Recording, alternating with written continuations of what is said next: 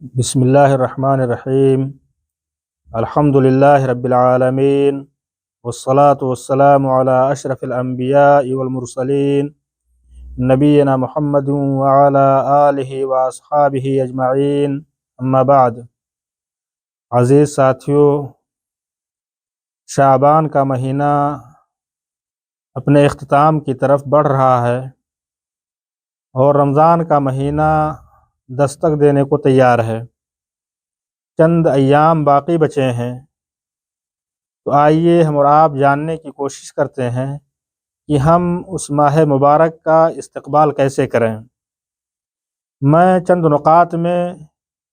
چند پوائنٹس میں ان کو بیان کرنے کی کوشش کروں گا۔ سب سے پہلی چیز ماہ رمضان کے استقبال کے تعلق سے یہ ہے کہ ہم اللہ رب العالمین سے یہ دعا کریں کہ الہ العالمین ہم سب کو ماہ رمضان میں داخل کر دے۔ میرے عزیز ساتھیوں، کتنے لوگ جو پچھلے رمضان میں ہم اور آپ کے بیچ میں موجود تھے، آج وہ ہمارے بیچ میں نہیں۔ آج کتنے لوگ ہم اور آپ کے بیچ میں موجود ہیں، لیکن رمضان کا چاند طلوع ہونے سے پہلے وہ ہمیں چھوڑ دیں گے اور اس دنیا فانی سے رخصت ہو کر آخرت کی طرف روانہ ہو جائیں گے۔ تو میرے اسلامی بھائیوں، ہم اور آپ اللہ سے دعا کریں کہ الہ العالمین ہم سب کو ماہ رمضان میں داخل کر دے۔ ہمارے اسلاف ماہ رمضان آنے سے پہلے سے یہ دعا کرتے تھے کہ الہ العالمین تو ہمیں ماہ رمضان میں داخل کر دے، اور جب رمضان کا مہینہ ختم ہو جاتا تھا تو کئی مہینے تک یہ دعا کرتے تھے کہ الہ العالمین ماہ رمضان کے ہمارے اعمال کو وہ قبول کر لے۔ تو ہم اللہ سے دعا کریں کہ الہ العالمین ہم سب کو ماہ رمضان میں داخل کر دے اور صحت و عافیت کی حالت میں داخل کر دے۔ اس لیے کہ کتنے لوگ ہیں جو ماہ رمضان کو پائیں گے، لیکن بیماری کی وجہ سے، کمزوری کی وجہ سے یا کسی دوسرے اسباب کی بنیاد پر وہ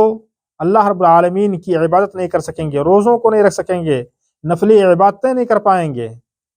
تو ہم اللہ سے دعا کریں کہ الہ العالمین تو ہم سب کو صحت و عافیت کی حالت میں ماہ رمضان میں داخل کر دیں۔ دوسری چیز، جب رمضان کا چاند طلوع ہو جائے تو ہم اللہ کے رسول صلی اللہ علیہ وسلم کی سنت کے مطابق یہ دعا پڑھیں: اللہم اہلہ علینا بالامن والایمان والسلامت والاسلام ربی وربک اللہ، کہ اے اللہ تو اس چاند کو امن و ایمان اور سلامتی کے ساتھ ہم پر طلوع فرما دے۔ اے چاند میرا اور تیرا رب اللہ ہے۔ ہم اس دعا کو پڑھیں۔ اللہ کے رسول صلی اللہ علیہ وسلم، صحابہ کرام چاند کو دیکھ کر کے، کسی بھی مہینے کا چاند ہوتا تھا، جب پہلے دن کا چاند ہوتا تھا اس کو دیکھ کر کے یہ دعا پڑھتے تھے۔ تیسری چیز، جب رمضان کا چاند نظر آ جائے، ہم ماہ رمضان میں داخل ہو جائیں، تو ہم اللہ رب العالمین کا شکر ادا کریں، اس لیے کہ ماہ رمضان کی شکل میں ہمیں جو نعمت ملے گی اس سے بڑھ کر کوئی نعمت نہیں ہوگی۔ اس سے بڑھ کر نعمت ہمارے لیے کیا ہو سکتی ہے کہ ہم اس عظیم موسم کو پالیں، اس عظیم مہینے کو پالیں جس میں اللہ رب العالمین گناہوں کی مغفرت کرتا ہے، جس میں اللہ رب العالمین اپنے بندوں کو جہنم سے آزاد کرتا ہے، جس میں اللہ رب العالمین اپنے بندوں کو جنت میں داخل کرتا ہے۔ یہ عظیم مہینہ ہے، اس کی نعمتیں عظیم ہیں۔ اگر ہم ان عظیم نعمتوں کو پا جائیں، اللہ رب العالمین ہمارا اختیار کر لے، تو اس سے بڑھ کر نعمت ہمارے لیے کوئی چیز نہیں ہوگی، اور اس پر ہمیں اللہ رب العالمین کا شکر ادا کرنا چاہیے، اللہ رب العالمین کے سامنے سجدہ ریز ہونا چاہیے۔ اسی طریقے سے جب ہم ماہ رمضان میں داخل ہو جائیں تو ہم خوش ہوں، ہمارے دلوں میں انبساط ہو، خوشی ہو۔ کتنے لوگ ہیں جب رمضان کا مہینہ آتا ہے تو جیسے ان کے اوپر کوئی بوجھ ڈال دیا گیا ہو،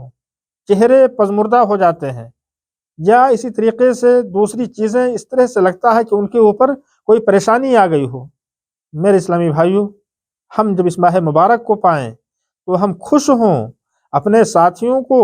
اس خوشی میں شریک کریں، ان کو بشارت دیں۔ اللہ کے رسول صلی اللہ علیہ وسلم جب رمضان کا مہینہ آتا تھا تو اپنے صحابہ کو اس چیز کی بشارت دیتے تھے، کہتے تھے آتاکم شہر رمضان شہر مبارک ہے، کہ رمضان کا مہینہ آ گیا ہے، یہ مبارک مہینہ ہے، فیہ تفتح ابواب الجنان، اس کے اندر جنت کے دروازے کھول دیے جاتے ہیں، وتغلق فیہ ابواب الجحیم، اور اس کے اندر جہنم کے دروازے بند کر دیے جاتے ہیں، وتصفد فیہ مردۃ الشیاطین، اور اس کے اندر شیاطین کو جکڑ دیا جاتا ہے، قید کر دیا جاتا ہے، فیہ لیلۃ خیر من الف شہر، اس مہینے کے اندر ایک رات ایسی ہے جو 1000 مہینوں کی عبادت سے بہتر ہے، من حرم خیرہا فقد حرم، جو آدمی اس سے محروم ہو جائے تو وہ آدمی بڑا ہی بدنصیب ہے۔ میرے اسلامی بھائیو، اللہ کے رسول صلی اللہ علیہ وسلم اپنے صحابہ کو اس ماہ رمضان کی آمد کی بشارت دیتے تھے، انہیں مبارکباد دیتے تھے، تو ہم خوش ہوں اور دوسروں کو بھی اپنے اس خوشی کے موقع پر ان کو بھی شریک کریں، ان کو مبارکباد دیں۔ اسی طریقے سے میرے اسلامی بھائیو، ماہ رمضان کے تعلق سے ایک اہم چیز یہ ہے کہ ہم میں سے بہت سارے لوگ خوش ہوتے ہیں، لیکن ان کی خوشی کی وجہ الگ الگ ہوتی ہے۔ کچھ لوگ یہ ہوتا ہے کہ بھئی ہم نے ماہ رمضان کو پایا ہے، ہم نے نیکیوں کا موسم پایا ہے، ہم اس میں عبادت کر کے اللہ رب العالمین کو راضی کر لیں گے، ہم اس میں اللہ رب العالمین کی سے اپنے گناہوں کی مغفرت طلب کریں گے اور اللہ رب العالمین ہمارے گناہوں کو معاف کرے گا، اس لیے خوش ہوتے ہیں۔ لیکن کچھ لوگوں کی خوشی اس لیے بھی ہوتی ہے کہ ماہ رمضان کا مہینہ آیا، اس میں ڈیوٹیاں کم ہو جائیں گی، اس میں گھر کے اندر کھانے کے اچھے اچھے پکوان پکیں گے۔ میرے اسلامی بھائیوں، ایک مسلمان جو ہوتا ہے اس کی خوشی اس ماہ رمضان کے اندر جو ہوتی ہے وہ اس لیے ہوتی ہے کہ اس نے عظیم موسم کو پایا ہے۔ اسی طریقے سے ماہ رمضان کے استقبال کے تعلق سے ایک اہم چیز یہ ہے کہ ہم ماہ رمضان کے آنے سے پہلے اس کے لیے پلاننگ کریں،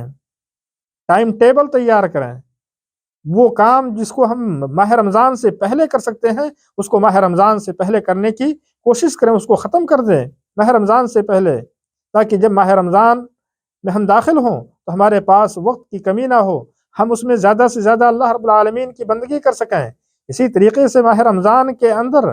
ہم اپنا ایک ٹائم ٹیبل بنائیں کہ ہم ڈیوٹی کب سے کب تک کریں گے، ہم اللہ رب العالمین کی عبادت کب سے کب کریں گے، ہم قرآن مجید کی تلاوت کب کریں گے، ہم نفلی نمازیں کب پڑھیں گے، ہم ذکر و اذکار کب کریں گے۔ یہ ہمارے ذہن کے اندر ایک خاکہ تیار ہونا چاہیے، تاکہ جب ماہ رمضان میں ہم داخل ہوں تو ہم اپنے اس خاکے کے مطابق، اپنے اس پلاننگ کے مطابق اللہ رب العالمین کی بندگی کرتے رہیں، ورنہ یہ ماہ رمضان آئے گا اور چلا جائے گا اور ہمیں اس کا احساس بھی نہیں ہوگا، اور ہم اس مہینے کو ضائع کر دیں گے، ہم اس مہینے کو ہم کھو دیں گے۔ اسی طریقے سے ماہ رمضان کے تعلق سے ایک اہم چیز یہ ہے کہ ہم یہ عزم مصمم کریں، ہم یہ پختہ ارادہ کریں، اللہ سے ارادہ کریں، اللہ سے وعدہ کریں، سچا وعدہ کریں کہ الہ العالمین جب ماہ رمضان آئے گا تو ہم اس کے اوقات کو ضائع نہیں کریں گے، ہم اس کے ہر پل کو غنیمت سمجھیں گے، اس کے ہر پل میں ہم اللہ رب العالمین اے اللہ رب العالمین ہم تیری عبادت کی کوشش کریں گے۔ اگر ہم اللہ رب العالمین سے سچا وعدہ کرتے ہیں، ہم عزم مصمم کرتے ہیں، ہم پختہ ارادہ کرتے ہیں، تو اللہ رب العالمین کی تائید ہمارے ساتھ ہوگی، اللہ رب العالمین ہمیں توفیق بخشے گا عبادتوں کی، نیکیوں کی، اور ہم اس مہینے میں اللہ رب العالمین کی زیادہ سے زیادہ عبادت کر سکیں گے۔ اللہ رب العالمین نے فرمایا فَلَوْ صَدَقُوا لَكَانَ خَيْرًا لَهُمْ، کہ اگر لوگ اللہ سے سچا وعدہ کرتے تو یہ چیز ان کے لیے بہتر ہوتی۔ میرے اسلامی بھائیو، ہم عزم مصمم کریں کہ ہم اس کے اوقات کو ضائع نہیں ہونے دیں گے، اس کے ہر پل کو ہم غنیمت سمجھیں گے۔ اسی طریقے سے ہم ماہ رمضان آنے سے پہلے ماہ رمضان کے جو احکام و مسائل ہیں، روزے کے جو احکام و مسائل ہیں، ان کو ماہ رمضان کے آنے سے پہلے سیکھنے کی کوشش کریں، کتابوں کو پڑھیں، علماء کی تقریروں کو سنیں، تاکہ جب ماہ رمضان میں ہم داخل ہوں اور اللہ رب العالمین کی بندگی کریں تو ہماری وہ بندگی علم کی روشنی میں ہو، ہمیں یہ پتہ ہو کہ ہمارے لیے کیا چیز جائز ہے، کیا چیز ہمارے لیے جائز نہیں ہے، کیا چیز ہمارے لیے ماہ رمضان کے دنوں میں درست ہے، کیا چیز ہمارے لیے درست نہیں ہے، روزے کے آداب کیا ہیں، اس کے واجب آداب کیا ہیں، اس کے مستحب آداب کیا ہیں، کن چیزوں سے روزہ ٹوٹتا ہے، کن چیزوں سے روزہ نہیں ٹوٹتا ہے۔ یہ ساری چیزیں ہم ماہ رمضان کے آنے سے پہلے سیکھنے کی کوشش کریں، تاکہ علم کی روشنی میں ہم اللہ رب العالمین کی بندگی کر سکیں۔ اسی طریقے سے میرے اسلامی بھائیو، ماہ رمضان کے تعلق سے ایک اور چیز یہ ہے کہ ہم ماہ رمضان کے آنے سے پہلے اپنے آپ کو روحانی طور پر، نفسیاتی طور پر اس مہینے کے لیے تیار کریں، اور روحانی اور نفسیاتی طور پر تیار کرنے کے لیے ہم اس مہینے کے تعلق سے علماء کی جو کتابیں ہیں، ان کے جو مقالات ہیں، ان کے جو ویڈیوز ہیں، اس کو ہم سنیں تاکہ ہمارا نفس اس ماہ رمضان کے لیے تیار ہو جائے۔ اسی طریقے سے ماہ رمضان آنے سے پہلے ہم اللہ رب العالمین سے سچی توبہ کریں، ہم اللہ رب العالمین سے اپنے گناہوں کی مغفرت طلب کریں، اور ہم اپنے آپ کو اس طرح سے بنا لیں کہ ہمارا دل بالکل سفید ہو جب ہم ماہ رمضان میں داخل ہوں، ہمارے دلوں کے اوپر کوئی سیاہ نقطہ نہ ہو، کوئی کالا دھبا نہ ہو۔ ہم اللہ رب العالمین سے اپنے گناہوں کی معافی مانگ کر کے، اللہ رب العالمین سے اپنے گناہوں کی مغفرت طلب کر کے ہم اپنے آپ کو گناہوں سے دور کر لیں۔ الہ العالمین ہم سب کو ماہ رمضان میں داخل کر دے۔ الہ العالمین جب تو ہم اس ماہ رمضان میں داخل کر تو ہمیں صحت و عافیت کی حالت میں داخل کر۔ الہ العالمین تو ہمیں ماہ رمضان کے اندر زیادہ سے زیادہ اعمال صالحہ کی توفیق بخش دے۔ الہ العالمین تو ہمیں اس ماہ مبارک کے اندر صیام و قیام کی توفیق دے دے۔ الہ العالمین تو ہمیں ہر طرح کے نیک اعمال کی توفیق بخش دے۔ آمین وآخر دعوانا ان الحمدللہ رب العالمین وصلی اللہ علی نبینا محمد وعلی آلہ وصحبہ اجمعین۔